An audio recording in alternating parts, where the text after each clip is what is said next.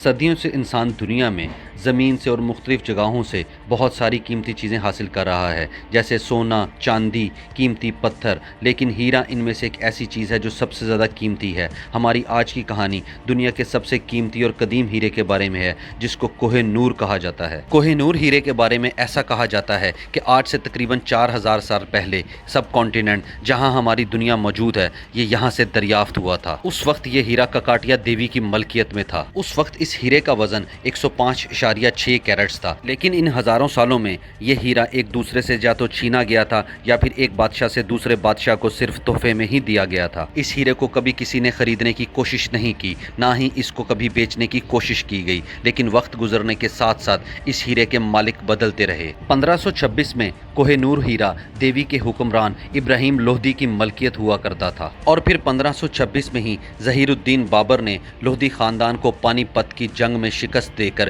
دیوی کے علاقے کو اور اس ہیرے کو اپنے قبضے میں لے لیا تھا، اور پھر کئی سال یہ ہیرا مغل سلطنت کے قبضے میں رہا اور نسل در نسل ان کے بادشاہوں میں منتقل ہوتا رہا، اور اس کے بعد یہ ہیرا محمد شاہ رنگیلا مغل سلطنت کے بادشاہ تک پہنچ گیا تھا۔ 1739 میں ایرانی جنرل نادر شاہ نے آگرہ اور دلی پر جب حملہ کیا تو اس نے محمد شاہ رنگیلا کو شکست دے دی۔ جنگ جیتنے کے بعد نادر شاہ نے جب اس ہیرے کو پہلی دفعہ دیکھا تو اس کے منہ سے ایک لفظ نکلا، اور وہ لفظ تھا کوہ نور، اور تب سے اس ہیرے کو کوہ نور کہا جاتا ہے۔ کوہ نور کا مطلب روشنی کا پہاڑ ہے۔ نادر شاہ جب یہ جنگ جیتنے کے بعد ایران واپس گیا تو اس ہیرے کو وہ اپنے ساتھ لے گیا۔ اگلے 8 سال تک یہ ہیرا ایرانی جنرل نادر شاہ کی ملکیت میں ہی رہا، اور پھر 1747 میں نادر شاہ کے مرنے کے بعد یہ ہیرا افغانستان کے بادشاہ احمد شاہ درانی کے پاس چلا گیا تھا۔ 1830 میں افغانستان کا بادشاہ شاہ شجاع درانی تھا، لیکن برٹش راج نے اس سے اس کا تخت چھین لیا تھا،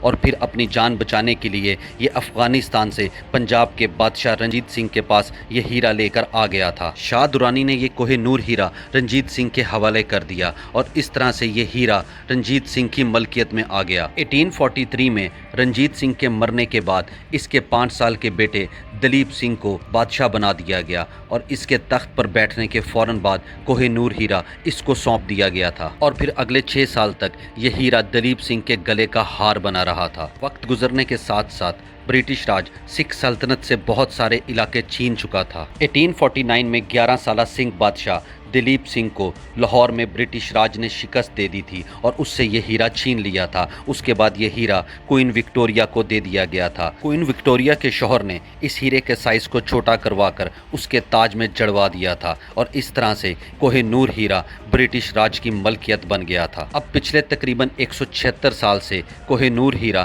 برٹش رائل فیملی کی ملکیت میں ہی ہے۔ کوہ نور ہیرا اس وقت ٹاور آف لنڈن میں موجود ہے۔